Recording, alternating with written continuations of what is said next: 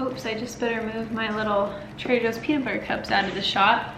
Okay, hi guys, welcome back to my channel. Today I'm going to be talking all about breastfeeding. So I feel like the very first thing that I need to say is I'm not against formula feeding. I know that there are situations where formula can save a baby's life. So that is not what I'm saying by this video. I just want to talk to everyone out there who is motivated to try to breastfeed, who is currently trying to and maybe needs a little bit more of a push, someone who is trying to decide whether they want a formula or breastfeed, so that you can just know a little bit more about the benefits of breastfeeding and about some of the struggles in the early days of breastfeeding.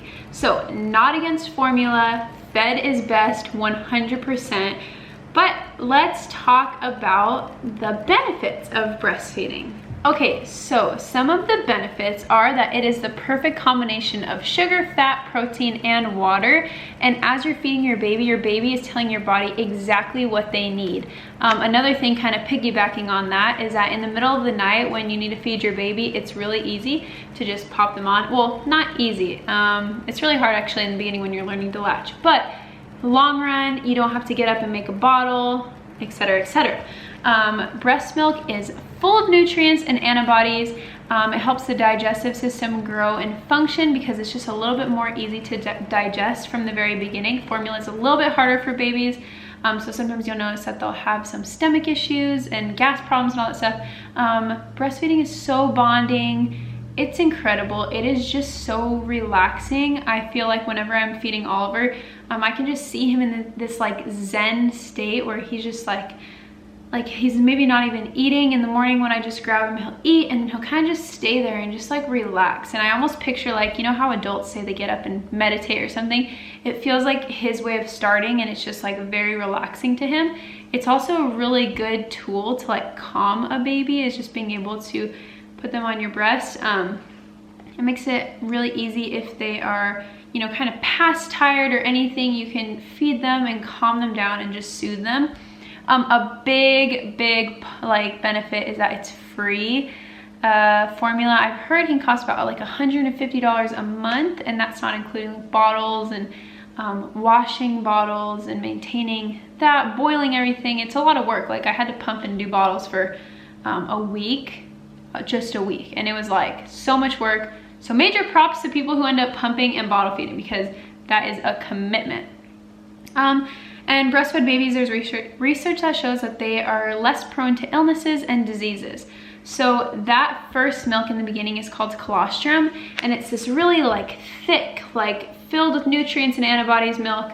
How it was explained to me is it is like the baby is trying to suck a milkshake out of a really small straw. So they're working really hard to get just a little bit because their stomachs are like tiny. And that's why it could be so painful in the beginning, because first you don't have like any calluses on your nipples and they're just like sucking very hard. One thing, the advice that I want to give is when you're in the hospital, ask your nurse, ask the doctor, the pediatrician, to check for a lip and tongue tie, because this can make or break your breastfeeding journey. If they have a tongue tie or a hard time latching, your supply can decrease and all that stuff. So check before you leave. And if you forget, like my hospital had a 3-day checkup for him. So ask as soon as you go to your next checkup if you're having a hard time latching. My mature milk came in the 3rd morning, so I was extremely engorged. It was really painful. I was so full that it was actually almost impossible for Oliver to latch because there was just so much milk. Like he couldn't even get a grasp on it with his tiny little mouth. That milk seems more watery, but it is still perfect for your baby. It's still the perfect combination of the protein, water, sugar, fat, and all that stuff. And it's still filled with all the good things for them. Okay, now I'm gonna look at some notes on my phone. I feel like I already said my little disclaimer about formula, but I just like pray that no one out there feels guilty about giving their baby formula, because there's already so much to worry about that is the last thing that you should be beating yourself up about. If you're feeding your baby, you are doing an incredible job. So yes, like there's a lot of benefits, but like your baby is fed and that is all that matters. I can't say that enough. That is all that matters. So So some of my biggest tips from the hospital is getting skin to skin as fast as you can. You're gonna tell your body what needs to happen.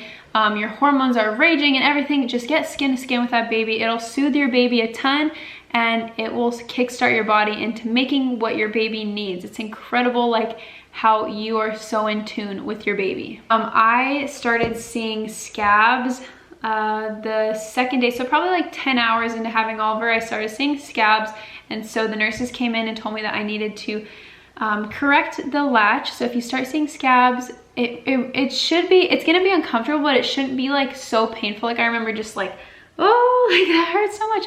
Like it shouldn't feel like that. It's definitely gonna be uncomfortable and weird at first, but if you get that latch right, it shouldn't be excruciating. Since I was so engorged, I actually ended up using a nipple shield, and so that made it a little bit easier for Oliver to latch.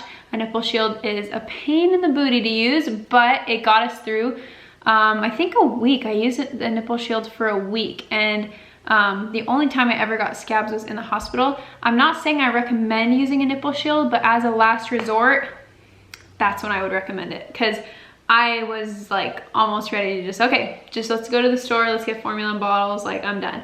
But I used that. It was my little crutch to get through, and we figured it out. Okay, I'm just gonna read off my phone right now.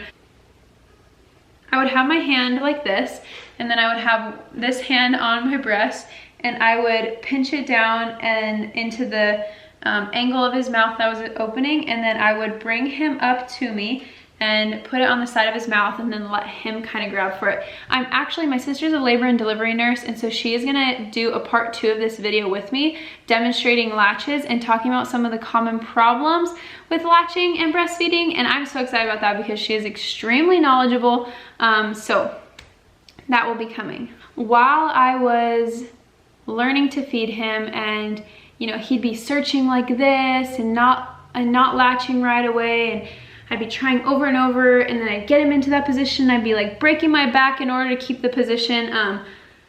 I would just try and take deep breaths, and I would talk to him, and I would say, Oliver, honey, we're gonna figure this out together. I'll say, thank you for being patient. Let's figure this out together. Almost like making it like him and I are a team, and it's not me against him, because it can really feel like that, and it can get really frustrating, especially when they get so worked up that they're crying and all that stuff, and you need to just reset, just taking deep breaths and, you know, just calming down in order to get the good latch. I used the nipple shield. I pumped and I bottle fed, and it was I think it was like 2 or 3 weeks of nipple shield and pumping, and it was so frustrating. I almost ended up just bottle feeding like with pumped milk, and then my biggest problem was after I used the nipple shield, I would feed him, and I think he would get too heavy of a letdown because he spit up so much. He had like, I wouldn't say he had horrible reflux, but he had like moderate reflux. Like we couldn't lay him down after because he would spit up and choke on it, and it was like terrifying. I thought that I was seeing his like under eyes turn blue. Everything was just so scary. I feel like if I saw that happening now, I'd be like, oh no, he'll work through it, he's okay. But I would feed him, and I would have these heavy letdowns, and then he would spit up so much, and I feel like part of the reason was I trained him to use the nipple shield, and so he was sucking really hard and really fast, and so he kind of had to relearn after I stopped using it to just like sit there, and when I had a letdown that it would like pour out. But I just want to share that experience in case you experience the same thing, so you know like that I had to go through that too. While I was using the nipple shield, he would sometimes eat for an hour. Like I'd just be sitting there and he would eat for an hour. And then I kind of realized that that was like his cluster feeding. That was him trying to tell my body to make more. But since I had the nipple shield, it kind of interrupted that communication with my body. But I want to talk a little bit about cluster feeding. So it can be very frustrating because they can eat for a long time and then want to eat again like 10 minutes later. But to try, because I mean, you can't really solve it. You just kind of have to get through it. But to maybe have an attitude change of like, okay, this is frustrating, but I know that my baby is telling my body to make more, so it's a good thing. So turn on your favorite show and try and just like get through it, because you can definitely feel like a cow. Like you're just sitting there like, and that's your only job, is just feed them. But yeah, cluster feeding can be very, very frustrating and difficult to get through for sure. So I know a common concern is you don't know like how much your baby is getting and if they're getting enough. And so you'll go to appointments and you'll see weight gain, and the doctors will track that for you.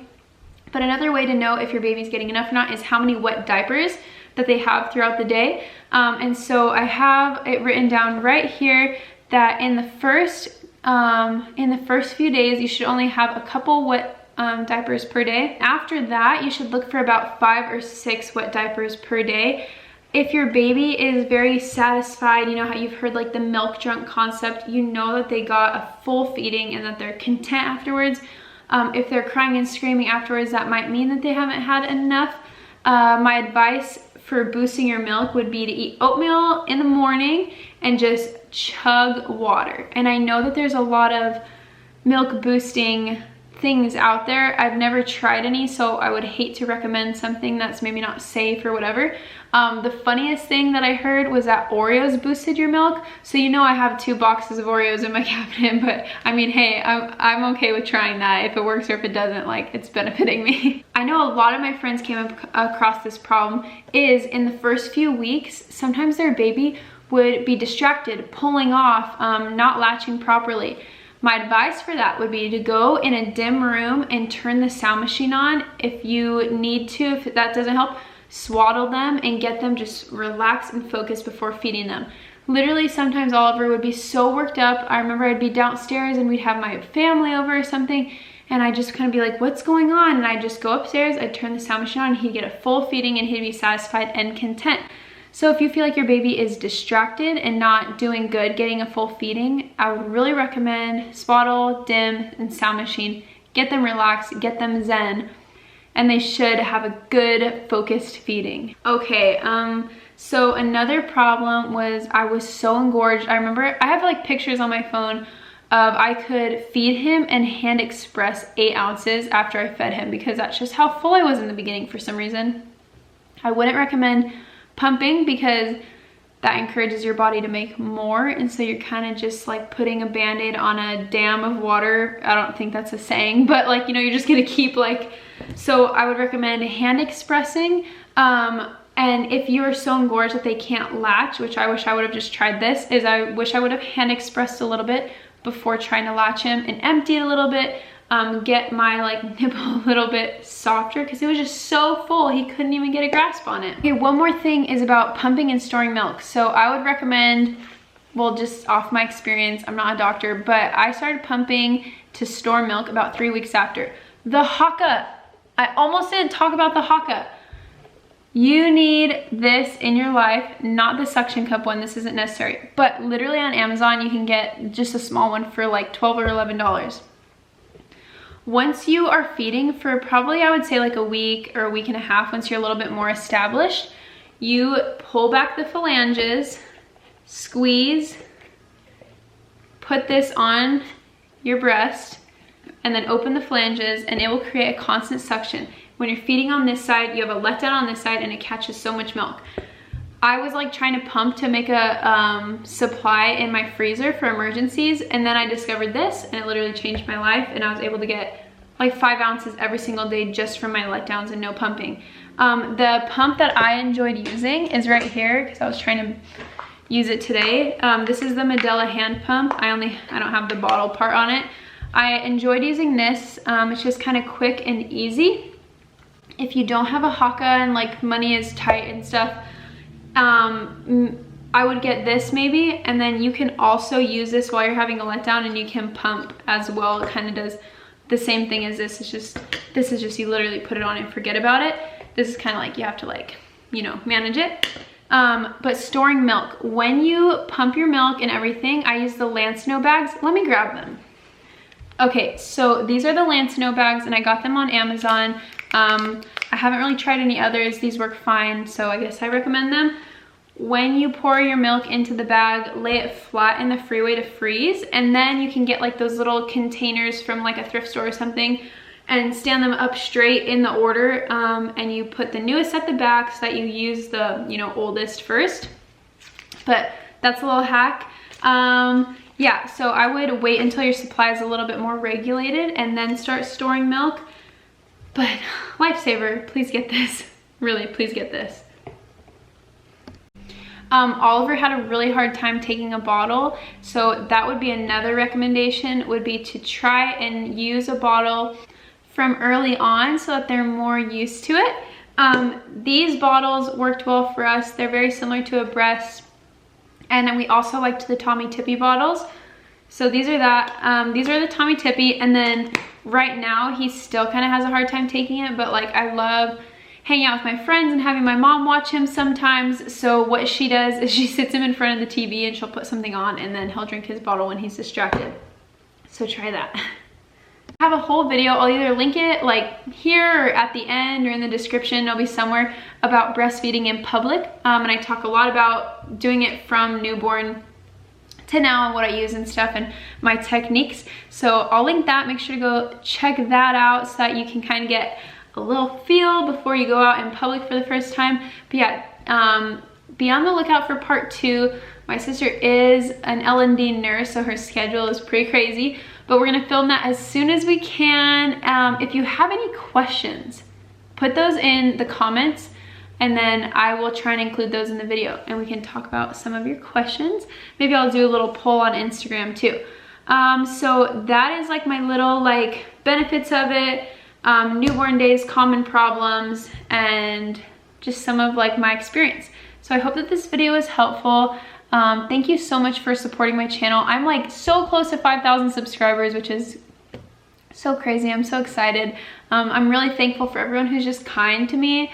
I know the internet can be pretty brutal, so I'm like thankful for people who are kind and supportive. If you want to subscribe, I'd really appreciate that.